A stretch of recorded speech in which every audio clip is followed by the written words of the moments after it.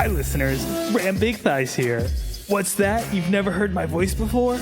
Well, you could hear plenty more from me and my friends if you subscribe to the Goblins and Growlers Patreon at patreon.com/goblinsgrowlers.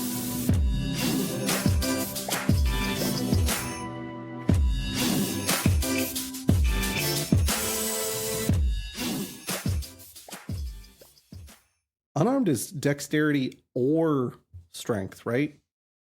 I would ask Brandon. I don't know why it would be dex. I'm not saying you're wrong, but unless you're shooting your fist off like a giant robot, I don't know why it would be dex. This is Quid Pro Roll, a fantasy live play adventure where a party of unlikely heroes embark on a quest to bring dragons back to their world.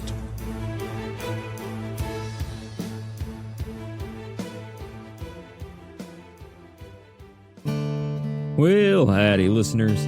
Welcome to the Daily Crier Listen Show, where all the news and Variant and beyond can make its way, well, right to you.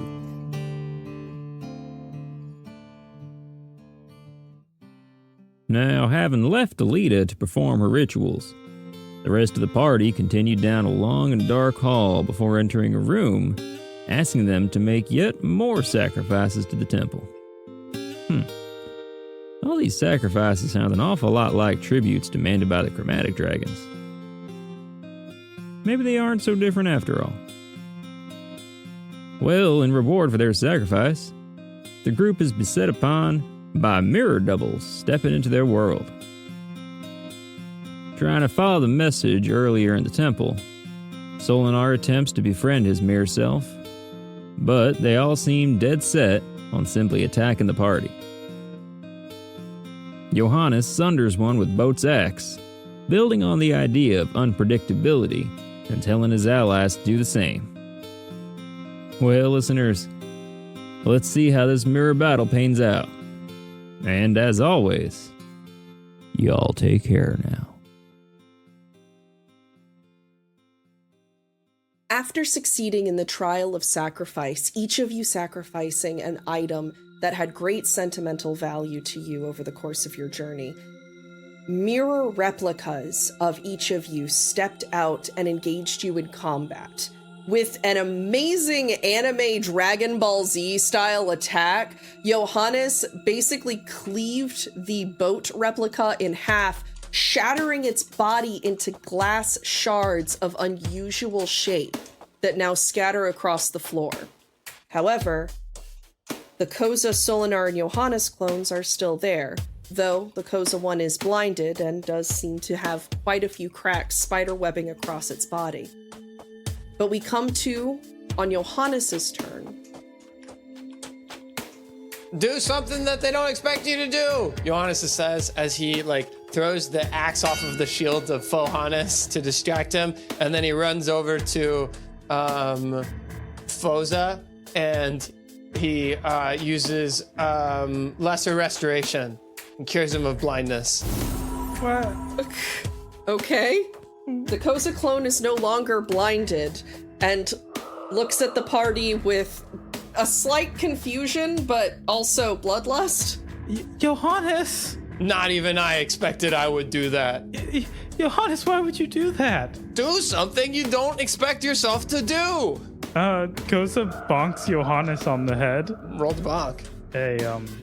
24. Bonk away. 8 damage. Shockingly, attacking one another does nothing to the foes that you are engaged with. Ow! That's what I'm talking about, Koza. Oh man, I'm bleeding from my scalp. Now you know how I feel.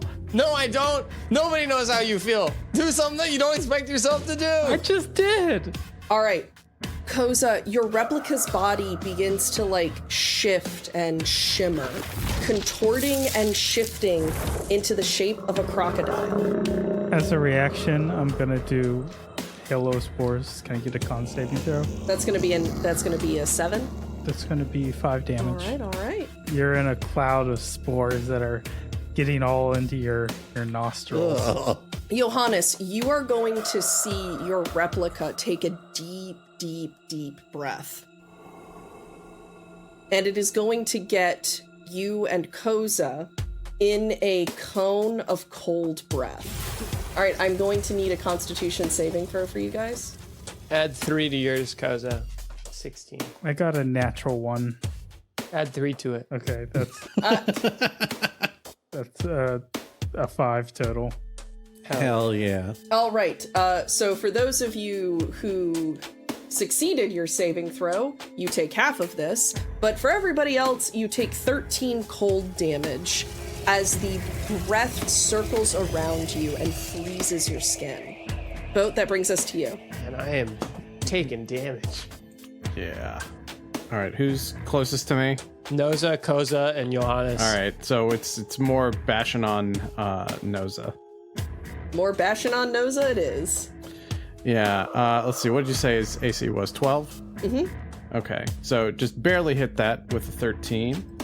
And then I'm gonna roll for damage. That's 8. Okay. And then I'm gonna do an unarmed strike for yield bonus action. Mm-hmm. And that hits for 12. So that meets. And then I'm gonna roll again, and that's 7 damage. Just beating him in the face a number of times. All right. So as you are just absolutely going for fake Koza, you feel an immense amount of give at your last strike. It stumbles back, still together, but hanging on by what looks like a thread. Excellent. Solinar, you are going to get another swing at you with the Sword of Shireen, or at least the fake mirror Sword of Shireen. Somehow even shinier than the real one. Thankfully, both Solinars are away from their party, so they can't do sneak attack. So it's going to pull back and swing its sword at you with just this intensity that you don't remember ever really having in a fight. And while it is able to get deep into your chest guard and injure you, you're able to jump back just far enough to keep it from getting too deep. That's going to bring us to your turn. I think Solinar takes it as he commonly does with strikes like these. He takes that half step, and the sword still goes through his armor and cuts him on his chest.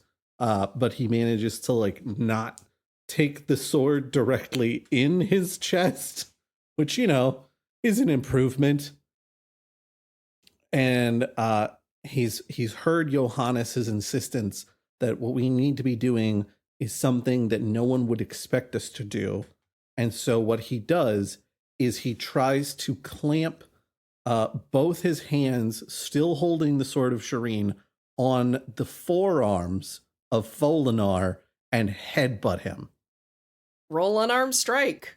But it's a 13, so it doesn't work. So Solinar goes to clamp down on Folinar, and I think just the dexterity is too high. So Folinar slips the grip and dodges the headbutt deftly, taking, similar to as Solinar would, taking that half step back to give himself space to strike back. I feel like Solinar is having at least a slight moment of, damn, I'm good. No, what Solinar's having is a moment of, why do I have to be so difficult to fight? Johannes, we're back up to you. Johannes rolls out of the spores, and he's like, actually started coughing while I was coughing, and he rolls out of the spores, and he looks up and he sees Johannes, who just breathed ice from far away, and he's like, "Come no closer, something I wouldn't expect me to do," and he goes, "Blah!" And a whole bunch of caltrops just get sprayed all over the floor in front of him. Oh my god, that would destroy your throat! Bring it, me. A single caltrop comes out of your mouth at the final cough. Yeah. And it hits the ground and it goes, moo. Oh my god. Yeah, they're caltrops. Mm-hmm. Just that one. I knew you wouldn't disappoint me when I gave you a universal breath weapon. Koza, you're up. How's Noza looking? Noza is holding on by a thread. All right, I want to finish this thread. Koza's gonna do one more bonk on the head Yeah, I think like the crack, so it's all this cracked crocodile. Like the final crack shatters and shatters back into the form of Koza, but then it cracks again and shatters. Then like there's little like crystals of Koza, just like in each facet of these like little crystals, you see like a reflection of Koza as this mere creature dies. You notice, much like how Boat shattered, the Koza replica shatters in a very odd way. The shapes of the pieces that it takes are not what you would expect for the damage that was done. That does, however, bring us to one of the more dangerous contenders, Johannes's replica. You know, I keep checking the spell sheet thinking that there's an attack spell on here, and there's not. There's no attack spells. I'm not an attacker, I'm a defender. It's going to take the shield that it's on its arm, and it is going to frisbee it at Koza. Much like the Captain America thing that Johannes did a while back. Yeah, I'm gonna use my reaction to make it a disadvantage and try to block that shield with my defensive action. 19. Did you roll 2? They both rolled high. 19 hits. Okay. You're going to take 4 damage. Ow! At that moment, we bring back to Boat. All right. I need to find something to punch. Unless is my axe like anywhere close to me? Yeah, I dropped it. Okay. All right. It's actually over by Johannes, but there's also a river of caltrops in between you and. Right. Is there anybody I can access to punch without crossing the river of caltrops? You can go engage with Folinar and Solinar, who are having their own little duel somewhere, like over on the side. Can I easily tell them apart? Yes. Okay. All right. Yeah, I'm gonna do that. This isn't one of those like, no, he's the real one. No, I'm the real one. No, shoot him. I'm the real one. Yeah. It's not quite one that of us has a spider web of cracks all around his shoulder, and the other is actively bleeding from okay. All right, what's his AC? It's gonna be 16. 16. Okay, I hit quite easily with a dirty 20. In that case, just a punching away, smashing into that spider web in his shoulder. And for my bonus action, another unarmed strike. I also hit on that one. And I do 7 punching damage. Just laying into him. Yeah, it did not look like it was expecting you. As your fists collide with it in its back, it like turns for just a moment, prompting you, Solinar, to get an opportunity of attack at advantage since you are now flanking this creature. Solinar with a 21 is going to be able to hit himself. Stop hitting yourself. Stop hitting yourself. The advantage made all the difference there. And since Boat is now within 5 feet of the target I am hitting, 26. You want to narrate that? Realizing that his physical prowess is just not enough to overcome Folinar's slipperiness as a creature, goes back, pulls the sword of Shireen back, and in an arcing, like a slash from the edge of the neck down through, like halfway through the torso in just a diagonal line, just strikes out. And as he's striking out, he's like, "You should have taken the cheese, man." And then just like cuts right through him as if slicing through a Fabergé egg. And Folinar looks like down at the wound for a moment, and then the two parts slide off each other with that sound of glass sliding on glass, and then both hit the floor and shatter into a million pieces. But that means that there's only one foe left, Johannes. However, he's standing amidst a sea of caltrops, completely unarmed. So, with a silent cry, he sprints across them, running towards your party and jumping to try and tackle down Koza. Roll a dexterity saving throw. DC 15. DC 15. 5. Okay, now add 3. 8. Okay, not enough. So you move. Also, 5 I had feet. added 8 already.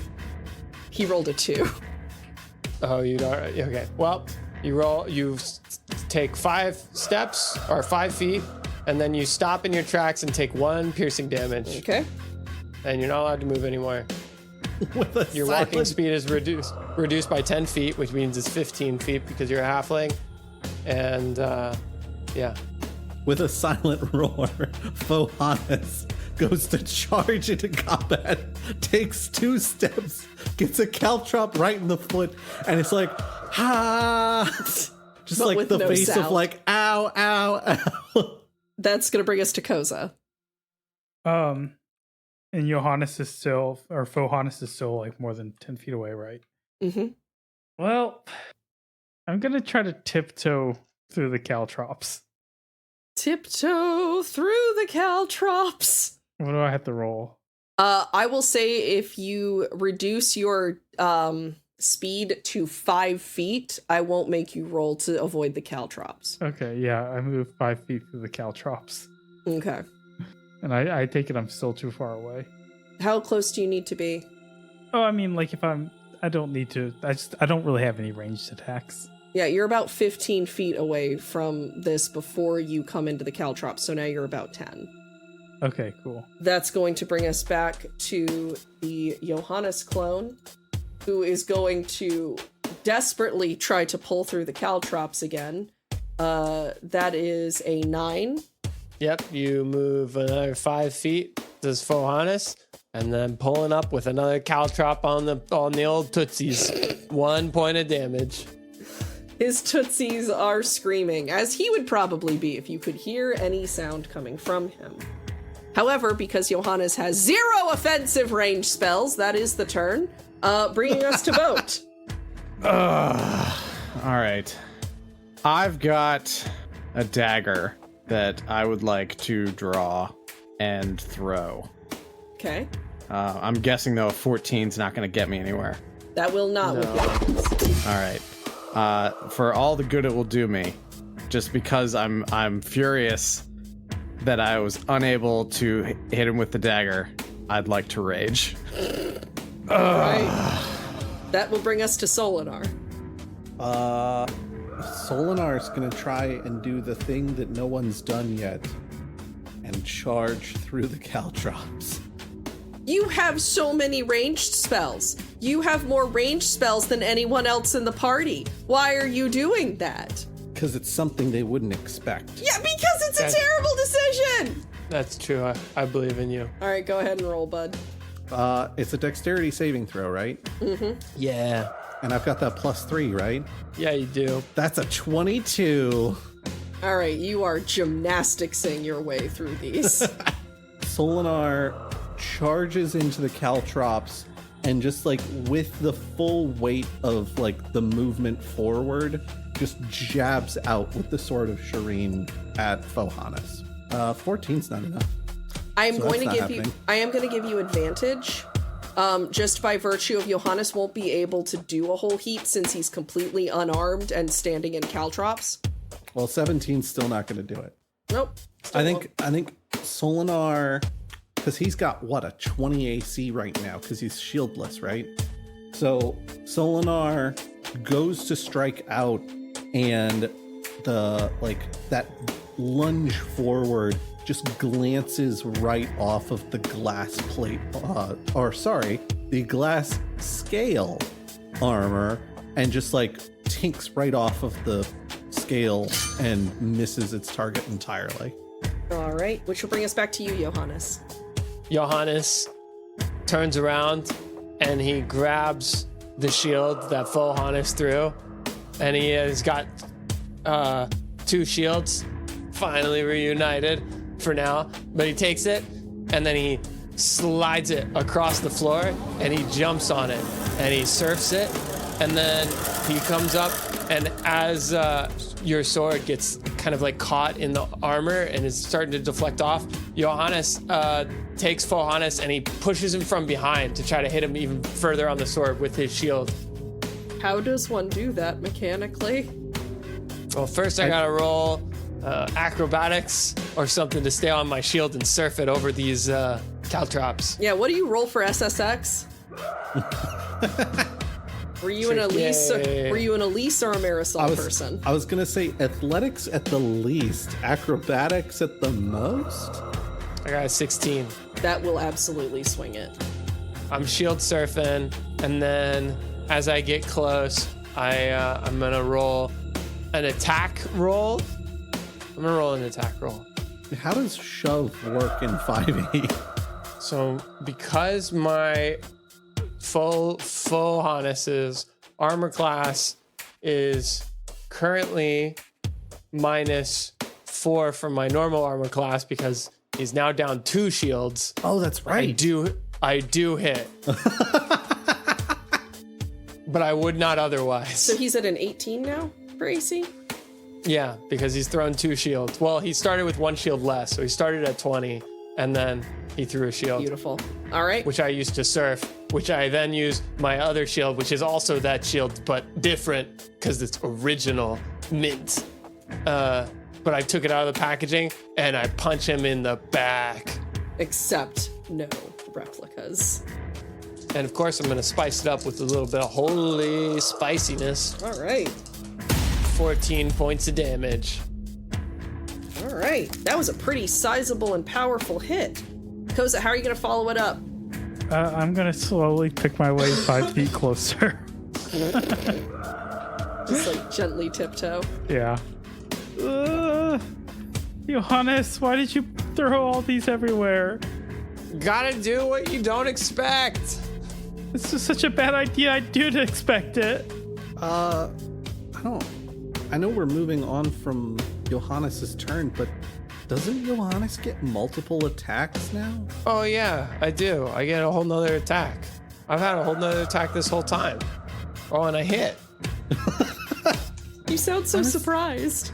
I was just thinking having Fohannes taken down by Johannes would be very appropriate.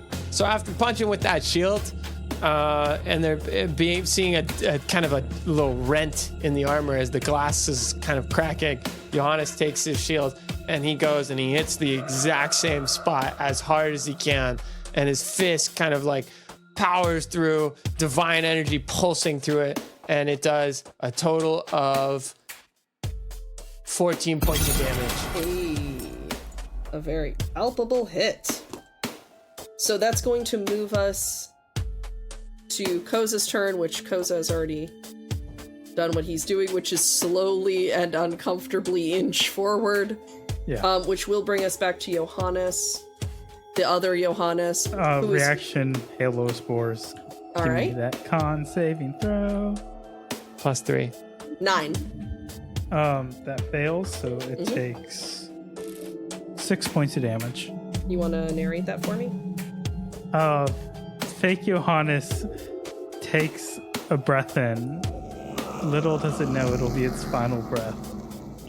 As these, once again, Masilla, like, spread, you see a little, like, shot going down the throat as, like, little, like, threads of Mycilla spread out and then turn into cracks that break apart all of this mirror creature as it shatters again on the floor. You all take a moment to breathe.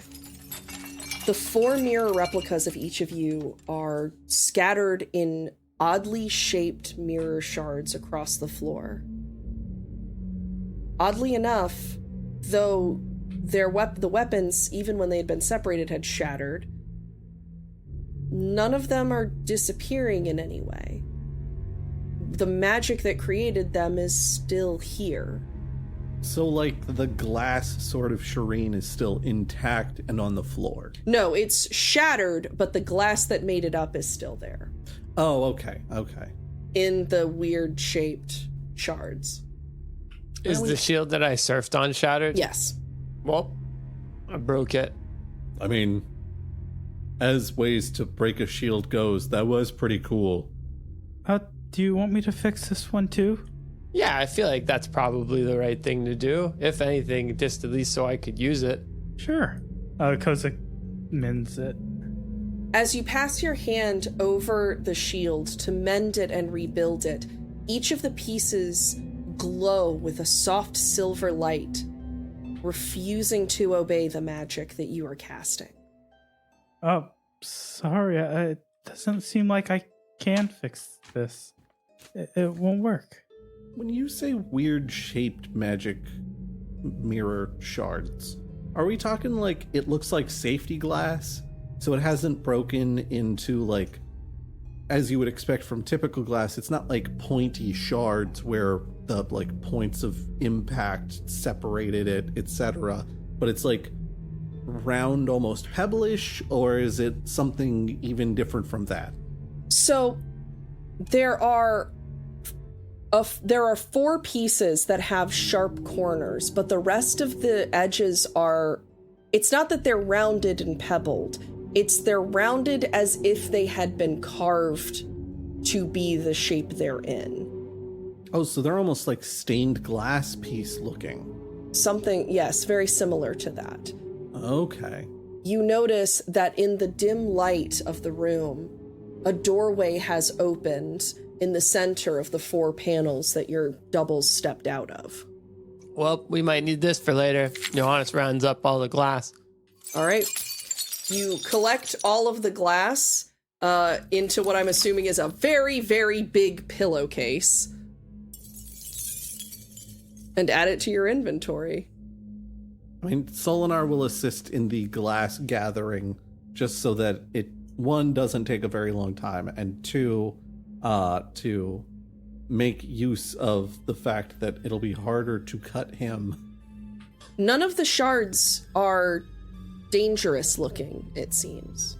They weren't. Say there were sharp... There are 4 pieces that have sharp corners, but I mean in the sense of the shape, not in the sense of the... So are the ones with the sharp corners, are they like square-shaped shards, or... Yes. Okay. Is each one like mirror-shaped? Like a little mirror? They're all mirrors. They're just fragments of mirrors. I'm having a hard time understanding what a dangerous shape would be. Basically, I'm saying that it has a sharp corner in its shape, but it's not like cut in a way, like the shape itself looks like it was formed instead of it shattered off, so it's not a sharp edge to like cut. Okay. It is sharp in the like angle sense, not in the blade sense. Yeah, 90-degree angle as opposed to knife sharp. So those 4 squarish shards are in with the rest of the shards? Yes.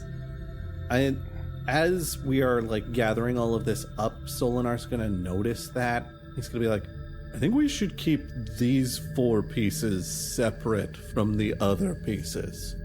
I have a suspicion we're going to need them. The only directions left are the way you came and the door that has just opened in the far side of the wall. All right, well, seems like that's the way we should go. After I collect all my weapons. Everybody gathers up what remains of their equipment, gathers up the mirror shards, and you head through the hallway. As you walk through it, it twists and shifts, almost as if you're walking in a corkscrew. Your feet, you swear for a moment, touch the ceiling as you walk. You step out into a room that seems somewhat impossible. The room's ceiling seems to stretch endlessly, and it is the beautiful picture of a summer sky. The floor is a modest 12 by 12 sort of square room, making you think that, okay, we are not looking into infinity. This is in fact a room that has this magical effect on it. You see in the center of the room, floating as if written by magic, the way that it was on the door that led you to the trials. The way forward is clear when the sky mirrors the sea.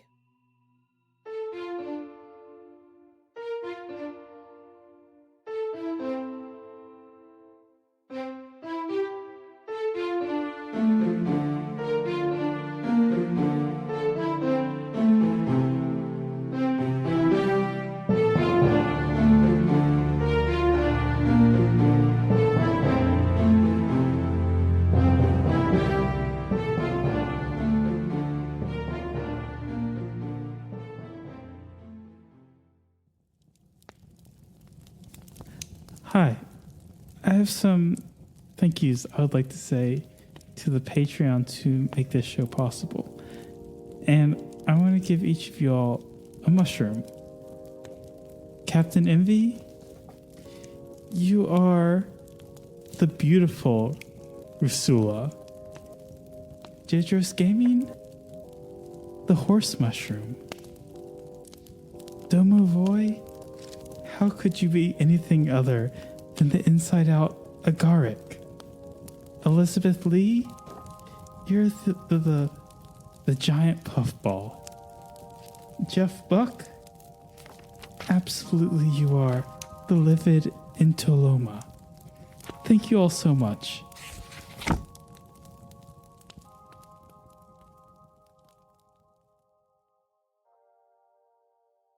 So let's see here. I should actually look at my spell list for once, because that's something like that I have the ability to do. You have to do something that your character would never do, like look at his spell sheet. Yeah. Absolute mad lad over here. You'll never see it coming.